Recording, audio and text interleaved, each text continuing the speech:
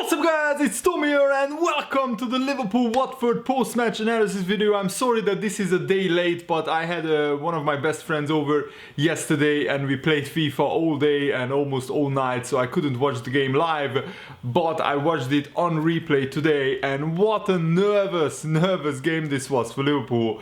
Watford created so many clear chances that at one point I really feared that Liverpool could score, could concede 2 or 3 goals today, and Watford easily could have been leading 3-1 at one point. Thankfully, Liverpool kept 3 consecutive clean sheets, which is the same amount of clean sheets that Liverpool kept in the first 23 games. And also here's another incredible stat for you guys.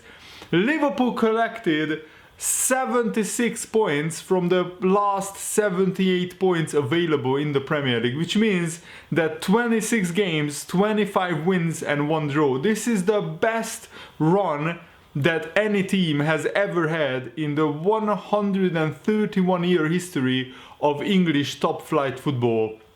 Liverpool are already record breakers, and this side is honestly just incredible, exceptional. The run that Liverpool are on is just truly special, and I read it on a forum today that Liverpool are like a horse that jumps only as high as it needs to jump to clear the hurdle that is in front of him. And Liverpool just feel like a team that is like a winning machine, very efficient. My only worry is injuries. Liverpool suffered another injury today. Yesterday Wijnaldum went off injured, holding his hamstring, and we lost Dejan Lovren as well in the previous game. So Liverpool are piling up the injuries. Thankfully, still we have our key players, Van Dijk, Firmino, Mane, Salah still fit, and Alisson as well. Until those players get injured, I think Liverpool will be just fine because of our big squad. Liverpool again rotated heavily. Shaqiri played today, James Milner played as a left back at the start, and still Liverpool played quite well in patches. Mohamed Salah scored 2 goals in back-to-back Premier League games. He scored 2 against Bournemouth, I think, if I remember correctly as well. And today, Mohamed Salah, both his goals were exceptional. This guy is honestly a Liverpool legend in my eyes. He scored 84 goals in just 126 games or something like that.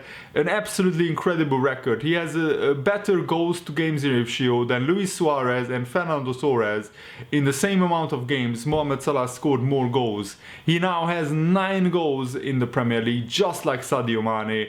So Sadio Mane was also desperately unlucky because he scored a brilliant header from a fantastic Shaqiri's cross against Watford, but it was ruled out by VAR by just a matter of millimeters. But I think it was like slightly only just offside. But what I hate about VAR is it's not clear where they draw the line, and I don't think that goals should be disallowed when you can't really make it out 100% clearly that the goal is offside. And I think the Mane goal, the header, you couldn't tell 100% that it was offside. My only other worry is that Liverpool looked really open defensively.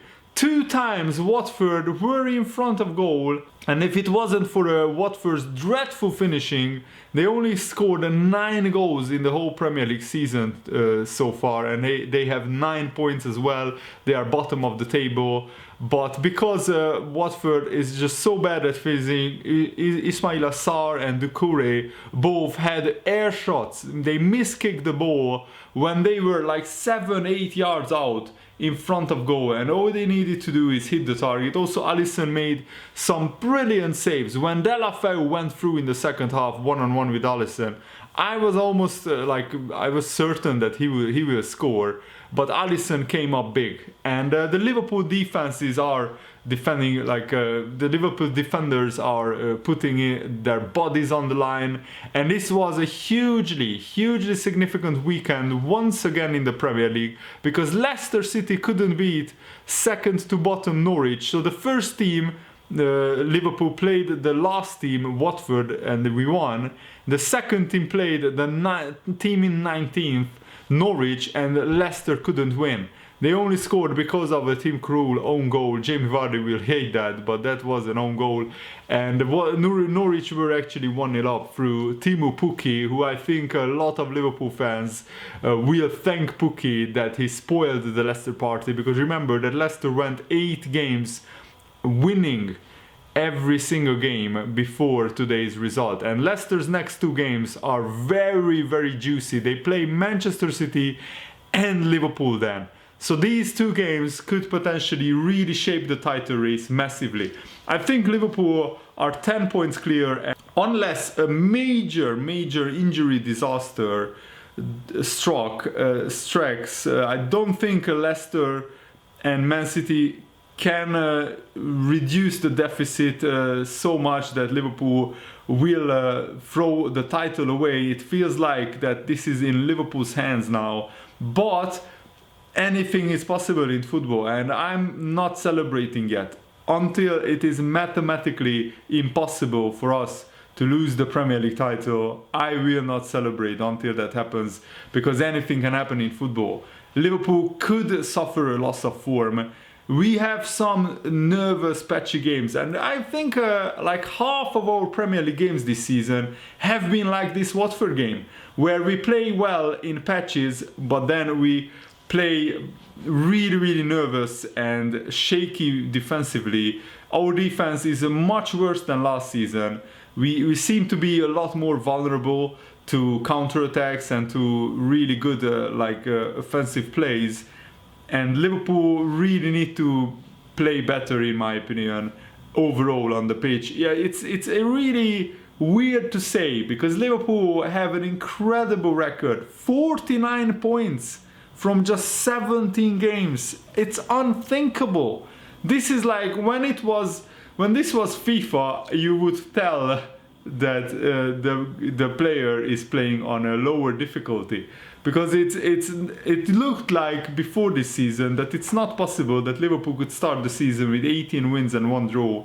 But it is possible, because Liverpool are this relentless winning machine, and every time that we are in a spot of bother, it just feels like Liverpool will find a way to weather the storm and to score goals. And I think that Liverpool so far deserve the title, but the season is not even at the halfway stage, so we shouldn't count our chickens yet. I think what we should do is concentrate on each game, and Liverpool now will go to Qatar to play the Club World Championship semi-finals against Monterrey of Mexico, who beat Al Sadd 3-2 in the quarterfinals.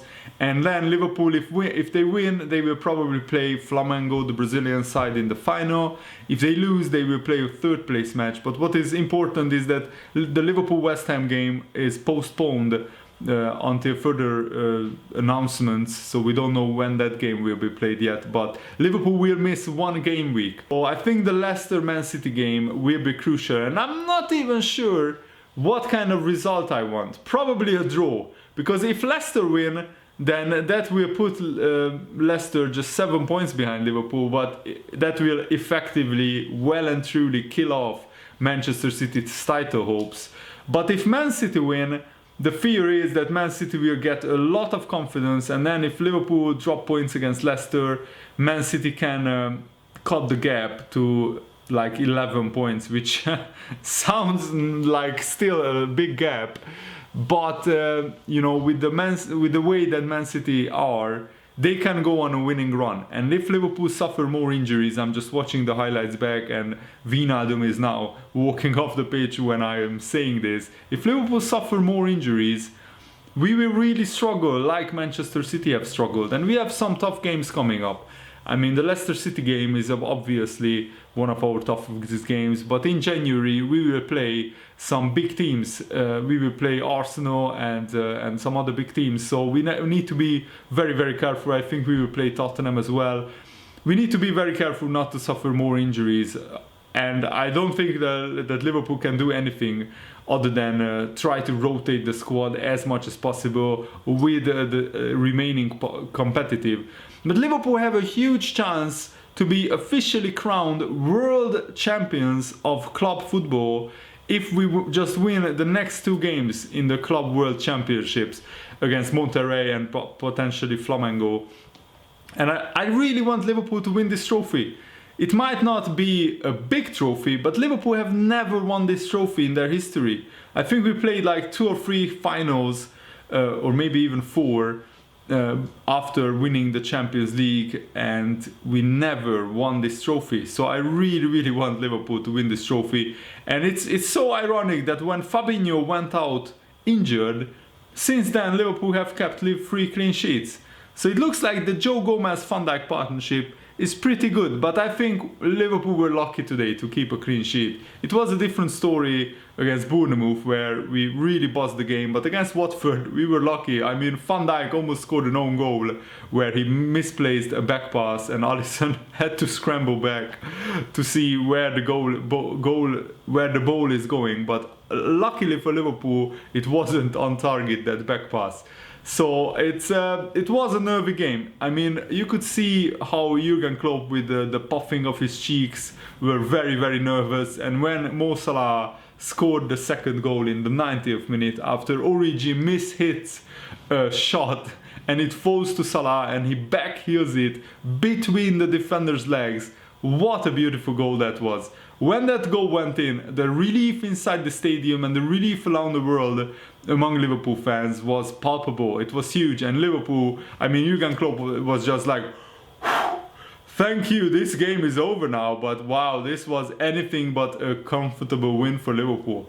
And also, huge credit goes to Watford. If Watford played like this every week, they wouldn't be in the relegation zone.